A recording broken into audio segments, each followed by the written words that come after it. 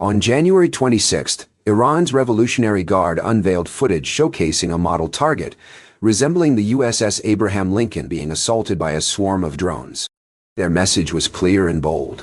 "We can see you, we can reach you, and our drone swarms will strike your carriers before your jets even lift off the deck." But there's a major flaw in that claim. The U.S. Navy has recently deployed a groundbreaking weapon system that renders Iran's entire strategy obsolete. Let's break down what would really happen if Iran attempted to turn that propaganda video into a genuine attack. The scenario begins at 600 local time. 12 drone contacts lift off from a coastal launch site near Bandar Abbas, heading south toward the Strait of Hormuz. Their target? The USS Abraham Lincoln and its strike group. Why Gadded Shot Group. These drones are Shahed 136 one-way attack UAVs. Ukrainians colloquially call them mopeds because of the distinctive high-pitched whining noise, like a two-stroke engine or an over-enthusiastic leaf blower. That description is actually generous because mopeds can at least change direction. Once launched, each Shahed drone follows a set of pre-programmed GPS coordinates until it either hits its target or runs out of fuel. However, these drones lack any onboard sensors to detect threats or communicate with their operator. They cannot change direction once airborne, nor can the operator recall or redirect them. There's no mechanism to confirm whether a drone is still flying. In essence, these are lawn darts equipped with simple guidance chips that one could purchase off Amazon. Meanwhile, the E2D Hawkeye, soaring at 25,000 feet, already has all 12 targets tracked before the drones even finish their climb. The distinctive dome perched atop this aircraft houses the AN/API-9 radar system. This sensor can track objects as small as a dinner plate at distances beyond 400 nautical miles while simultaneously processing over 2,000 contacts. For 12 Shahed drones, each with a radar cross-section roughly equivalent to a riding lawnmower flying steadily at a constant altitude, detection is as easy as spotting a bonfire at Burning Man. The Department of Defense invested $260 million into this aircraft, while each Iranian drone costs approximately $30,000. Within just 1.2 seconds of detection, every destroyer in the strike group shares the exact same targeting data through the Cooperative Engagement Capability Network. This system allows the Hawkeye to spot the 12 drones near the horizon and instantly relay targeting information so precise that before the Combat Information Center watch team has even sipped their coffee, a destroyer 40 meters away has already calculated a firing solution. Iran may have built these drones using off-the-shelf GPS components, but America constructed a sensor network that transforms an entire carrier strike group into one massive radar array with a dozen quick-reacting firing solutions. As the drones close in, with 41 minutes remaining until impact, a tactical officer picks up the handset and issues an order that, while costly, will protect the Navy's assets. Although the strike group possesses weapons capable of ending the engagement in a mere 15 seconds, the commander holds off. For now. Why the delay? A Mohajer-6 Iranian surveillance drone is circling at 12,000 feet to the east, streaming real-time video back to a command post near Bandar Abbas. The tactical officer has been tracking this drone for 40 minutes and could easily neutralize it with a single SM-2 missile, blinding Iranian intelligence completely. Instead, he allows it to continue observing. This decision is strategic. He wants Tehran to witness precisely what they anticipate, a costly exchange with expensive American interceptor missiles burning through limited ammunition reserves. This calculated restraint hints at a deeper tactical game beyond the immediate engagement. The tension starts to rise at 6:38. The lead drones close within 20 kilometers, and aboard the destroyer's foredeck, the Mark 45 5-inch gun is already locked on target. This 127 EMD weapon fires proximity-fused rounds, shells engineered to explode near their target, sending shrapnel hurtling at 800 meters per second. These drones are built with composite airframes designed to withstand rain, not war. The result? 3 rounds fired, 3 Shahed drones disintegrate midair. A mere $6,000 spent with devastating effect. At 15 kilometers, 9 contacts appear aboard one of the destroyers. The Sea Whiz mounts spring into action with that familiar spine-tingling mechanical whir every sailor knows instinctively, a sound signaling imminent destruction for something out there. The M61A1 rotary cannon spits out 4,500 rounds of 20 mm tungsten penetrators per minute, tearing into targets utterly unable to evade. Within 11 seconds, 4 drones are shredded to pieces, descending like confetti over the Gulf. But the threat isn't over. At 10 kilometers, 5 drones remain. The destroyer launches 5 RIM 116 rolling airframe missiles, each one costing roughly the price of an average American home, to intercept Iranian drones that cost less than a used Camry to build. The infrared seekers barely need to work for their targets. 5 launches, 5 hits, all within 94 seconds from the first shot to the last. 12 drones down. Blind D. However, this intense defense comes at a cost. Iranian forces gain valuable intelligence via a surveillance drone flying at 12,000 feet, transmitting every detail back to Tehran. The tally: $2.50 million spent in American ordnance to counter Iranian drones valued at $360,000, about $7 spent in defense for every dollar of attack. Meanwhile, the Iranian 5 Rams are destroyed, reducing the missile magazine on the destroyer and leaving no option for resupply unless docked in port. The Iranian operators are aware of this limitation, having monitored the surveillance drone themselves. They could have targeted it an hour earlier but chose not to. Then, at 6:50, things escalate further. 3 coastal launch sites come online at once, and an overwhelming 76 drones take off in staggered waves. An additional 20 drones hover low, just 50 meters above the waves, close to the coast, waiting in reserve. The earlier probe's intelligence aligns perfectly with these movements, but the Navy has a secret weapon hiding in plain sight, something the Iranians never anticipated. At 6:51, the Hawkeye surveillance aircraft detects all 76 incoming drones converging from 2 directions, 41 approaching from the northeast and 35 from the east, with the 20 reserves floating near the shoreline. An Arleigh Burke-class destroyer carries 96 vertical launch cells, yet not all are loaded for air defense. Some cells hold SM-3 missiles reserved for ballistic missile threats, SM-6 is assigned for high-value targets, and Tomahawks earmarked for offensive strikes.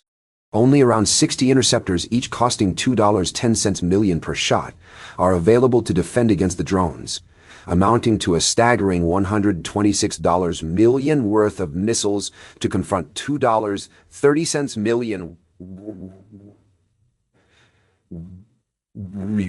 Iran plans cleverly. By staging 20 reserve drones behind the initial wave, they've done their calculations. The first wave will deplete the destroyer's missile supply. The second wave will then advance unchecked. No reassignment or clever allocation can change this grim math. The defenders will run out of missiles before the swarm of Shahed drones is exhausted. The only way to prevent this is if those missiles never fire. At 7:20, the tactical action officer gives an order that leaves half the Combat Information Center's watch team baffled, an order that will soon reshape this battle. Imagine a modern destroyer's forward deck, nestled between the bridge launching system, BLS cells, and the bridge itself. There, you'd spot a flat panel array roughly the size of a commercial refrigerator. But this isn't your typical radar or antenna. There's no rotating dish, no barrel. It's simply a sleek slab of metal, firmly bolted to the deck among the dozens of antennas on a warship teeming with them. This technology was unheard of just 3 years ago. 2 years back, it existed only as a laboratory prototype, notorious for overheating and damaging its own components after just 4 seconds of use. Yet, 1 year ago, it was quietly deployed on this very destroyer, operating under a classified program so secretive, it didn't even have an official name. This breakthrough is known as Project Meteor, the Navy's first fully operational high-powered microwave weapon designed for shipboard use. Now, Iran is poised to become the unwitting first real-world target. Iranian intelligence analysts had pored over satellite images of every American destroyer in the Fifth Fleet's area of operations. They cataloged this flat array simply as a communications upgrade. Nothing hostile, nothing to raise alarms. This tiny note in an intelligence report would soon turn out to be one of the most costly miscalculations in Iranian military history. What makes Meteor extraordinary is its capability to achieve what was previously impossible. At exactly 7:35 hours, an aerial formation approaches from the northeast, closing in to an engagement range of 18 kilometers. There are 41 tracked contacts spread across a 25-degree arc, with just 6 minutes remaining before impact. The Meteor system fires. But intriguingly, nothing visually appears to happen. No explosions. No missile warnings on screens. In the Moher ground control station near Bandar Abbas, an operator stares at his monitor in confusion. 37 drone video feeds abruptly cut to static at once. He scrambles to switch frequencies, double-checks his gear, and then picks up a secure phone to report the anomaly. His supervisor would want to see this immediately. Neither of them realizes they are witnessing the dawn of a new era in naval warfare, and that Iran stands on the losing side. This is the true marvel behind that nondescript flat panel. Inside it, thousands of gallium nitride semiconductor elements, the very kind of material too immature for weapons used just a decade prior, generate and combine focused microwave energy into a single, coherent beam steered electronically at the speed of light. This is the physics powering Meteor and why Iran was caught completely off guard. Microwave energy, tuned to the correct frequency, doesn't need to physically punch through armor or tear through aircraft bodies. Its target is far simpler: electronics. A Shahed drone's GPS chip consumes millionths of power. Tiny electrical currents.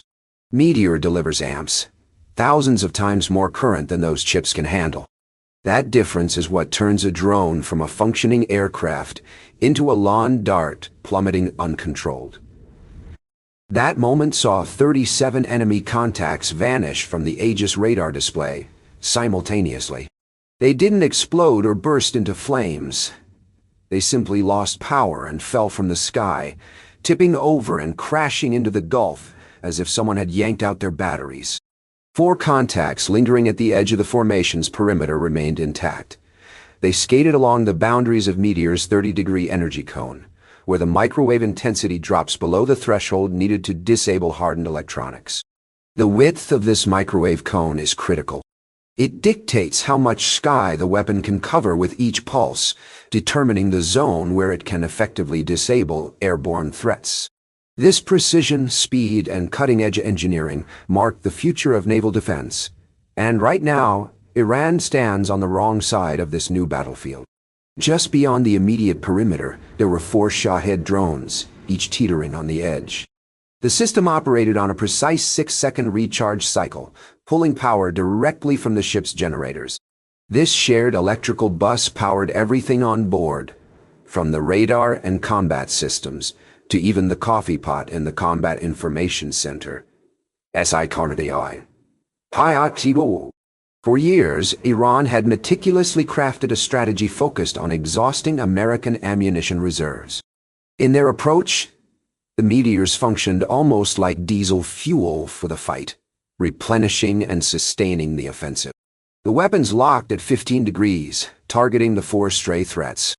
1 pulse later, and 4 debris trails marked their downfall. The enemy drones shifted into an eastern formation, presenting 35 contacts bearing 90 degrees. Without hesitation, the Meteor system adjusted its orientation and fired again. Instantly, 35 drones tipped forward and dropped silently into the Gulf, disappearing without a trace or even a spark, a loss that felt somehow more degrading than being shot down outright. The entire engagement lasted a mere 15 seconds, during which 76 drones were neutralized. Meanwhile, the Standard Missile-2, SAM-2, canisters remained untouched. Those vertical launch system, VLS, cells that Iran had spent a decade attempting to deplete remained fully charged at 100%. Next, 20 drones accelerated to full throttle, dropping to a perilous low altitude of just 20 feet above the sea surface. At this extreme wavetop altitude, they vanished into the sea clutter, effectively evading the Hawkeye's radar detection. Spy radars couldn't distinguish them from the white-capped waves. These 20 armed contacts simply disappeared from every strike group display. The Meteor system depended on clear radar tracking to lock and aim. Without any targeting data, even the most powerful directed energy weapon humanity had ever developed was reduced to an extraordinarily expensive space heater. 12 minutes remained until their estimated arrival. The phalanx system was designed to intercept stragglers, not an overwhelming incoming swarm.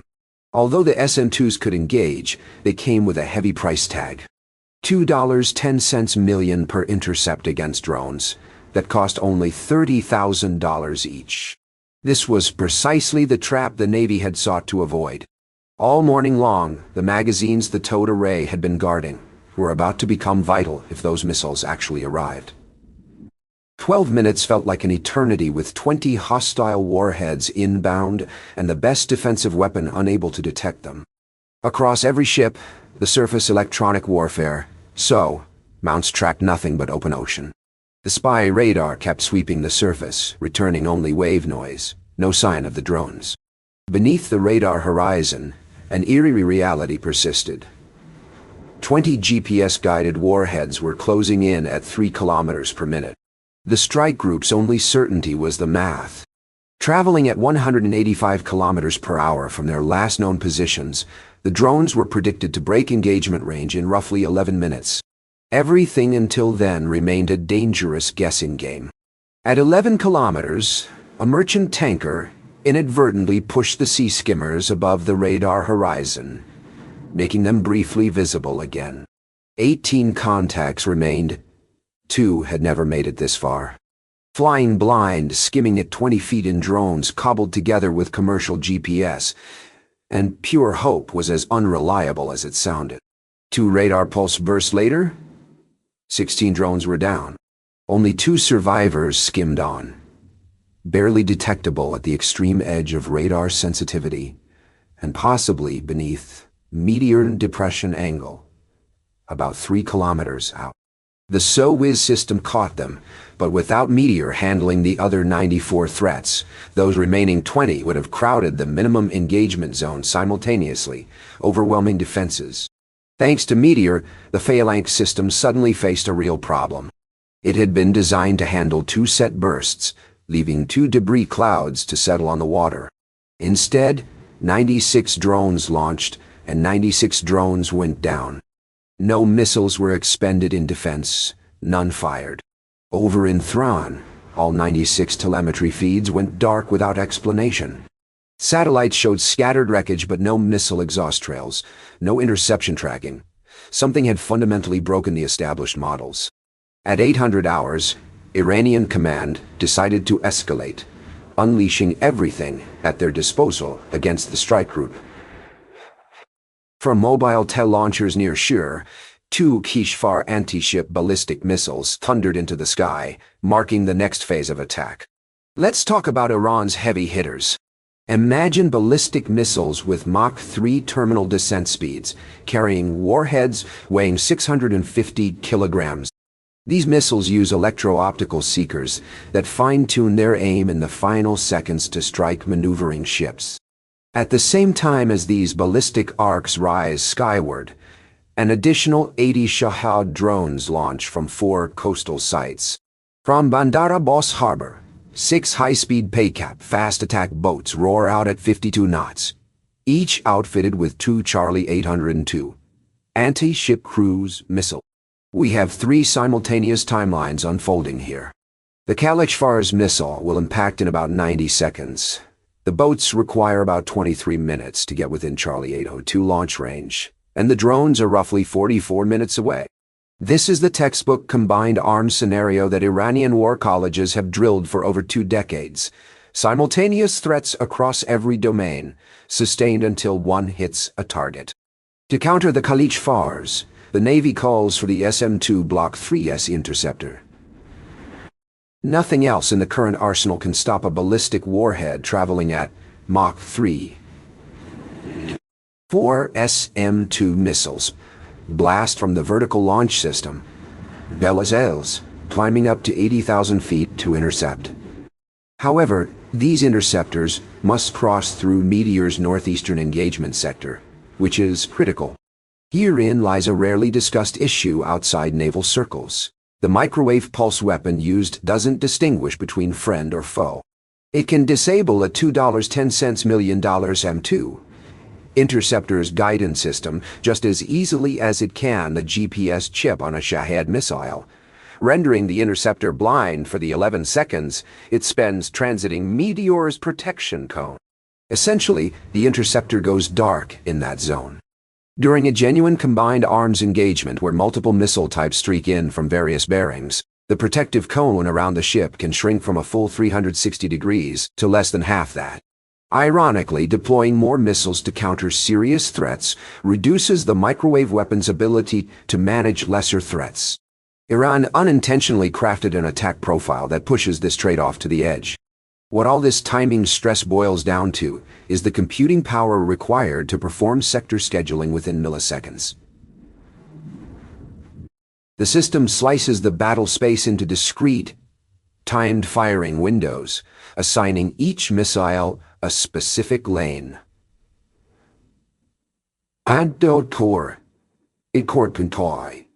In this scenario, Meteor covers the northeast sector from time 0 to 4 seconds. Thereafter, SM-2 interceptors transit that sector from 4 to 15 seconds, with Meteor resuming coverage at 15 seconds. This process multiplies across every bearing with friendly ordnance in flight and must continuously update as new missiles launch, recalculating every time Meteor slews to a new arc. In the Combat Information Center, a large screen. Large screen displays no longer simply show a tactical picture. They reveal a tightly choreographed dance of missile trajectories and firing windows. One tiny error in timing results in shooting down your own interceptor. For instance, an SM-2 missile entering the microwave cone just half a second early absorbs the same pulse that fries a Shahed drone. Its guidance system melts, causing it to go ballistic, allowing the Kalashnikov's warhead to strike unopposed. The razor-thin margin between flawless defense and disastrous friendly fire is measured in fractions of a second, well beyond human management capabilities. To cope, the weapons control system maps the entire battle space, tracking threat trajectories, interceptor flight paths, Meteor's firing arcs, and the time windows where overlaps would occur. It routes SM-2 missiles through corridors, avoiding the microwave cone, and assigns Meteor sectors free of friendly ordnance. This complex orchestration manages dozens of weapons against hundreds of targets across 3 domains, deconflicted and synchronized in milliseconds. No one touches a button. Aegis lets the entire operation run itself autonomously. This isn't just a targeting system. It's the most sophisticated and expensive air traffic controller on the planet. The SM-2 missiles intercept the KHS warheads at 30 kilometers altitude. 2 hits costing $8.40 million to stop warheads that could have easily demolished a destroyer like a tin can. During those 11 seconds of blackout to the northeast, Meteor pulses toward the south and east, As soon as the SM-duos clear the cone, Meteor swings back north and intercepts the drones cruising through the gap. The result? Total wasted time in any sector is 0. Meanwhile, the MAN-60 Romeo has already taken off, conducting surface surveillance and managing the boats. The Seahawk is positioned 40 kilometers south, patrolling a completely different bearing from Meteor's active zones. That's no coincidence. The tactical air coordinator assigned the helicopter's operating area outside every planned firing arc, even before Romeo left the deck. This strategy, akin to the sector scheduling that keeps NSTUAs clear of the cone, also keeps the helicopter out of harm's way. Even if the beam were to sweep in that direction, military avionics are hardened to withstand electromagnetic interference. Shielded wiring, flight computers encased in Faraday cages, and components rated to endure interference levels far beyond what Shahed's commercial GPS chip could ever face. Equipped with 6 AGM-114 Hellfires, the helicopter took just 8 minutes to turn 6 boats into debris fields, ships destroyed before their crews could even reach the launch baskets for C-802 missiles.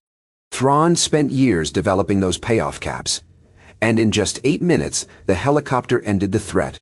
At once, 80 Shahed drones spread across 4 bearings engage Meteor in a firing sequence designed to maximize cone coverage, while respecting the thermal limits of the weapon.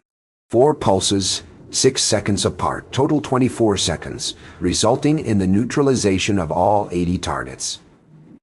Iranian electronic warfare stations have been jamming since the KHS launched, but Meteor only transmits signals. Trying to jam a directed energy weapon is like trying to stop a flashlight by yelling at it. Positioned at 25,000 feet, the Hawkeye aircraft sits above the jamming layer and provides unspoiled targeting coordinates through the Cooperative Engagement Capability System. Beneath this shield, 60 more drones launch from every remaining coastal site, the final play in Thrawn's hand. Meteor receives targeting data from Hawkeye and takes out 53 drones in 30 seconds. However, after 400 seconds of sustained pulsing in Gulf heat, the seawater cooling exchangers have reached their limit. The weapon requires 90 seconds to cool the core temperatures back to safe levels.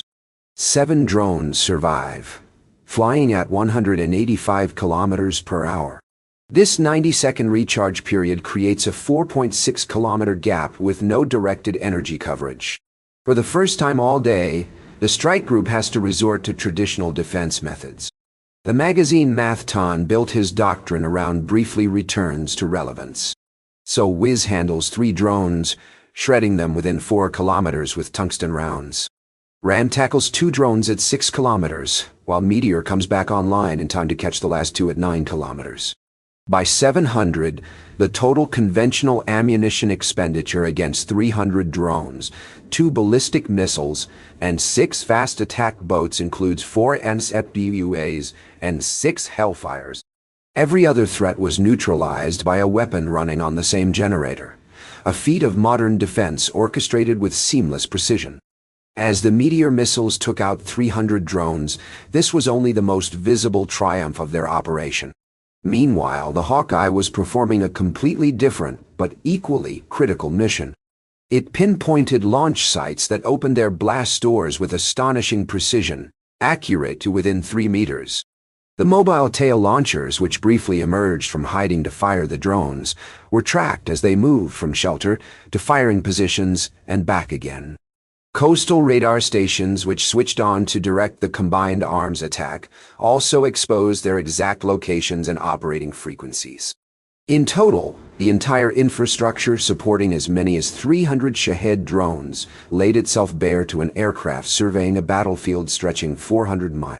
Now the carrier's air wing is prepared to strike those very launch points, while destroyers are programming Tomahawk missiles to target the hardened shelters where Iran stores its drones.